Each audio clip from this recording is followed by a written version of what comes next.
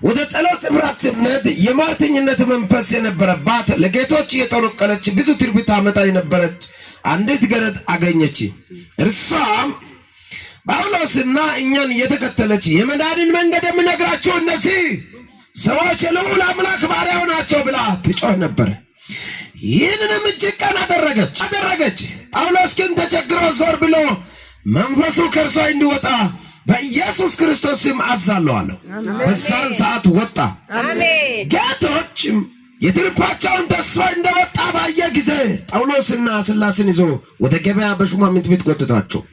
ወደ ገዢዎች አቅርበው እነዚህ ሰዎች አይሁድ ነው፣ ከተማችን እጅግ ያናውጣል፣ እኛ ሮሜ ሰዎች ሆነን እንቀበላቸውና እናደርጋቸው ዘንድ ያልተፈቀደልን ልማድ ይናገራሉ አለው።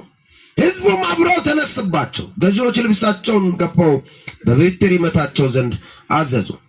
በብዙ ከተበደባቸው በኋላ ወደ ወህኒ ጣላቸው።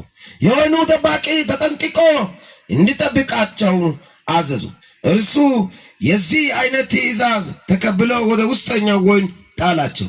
እግራቸው በግድግዳ አጣብቆ ጠረቃቸው። በመንፈቀ ሌሊት ግን ጳውሎስና ሲላስ እየጸለየ እግዚአብሔርን በዜማ ያመሰግኑ ነበር። እስረኞች ያዳምጣቸው ነበር።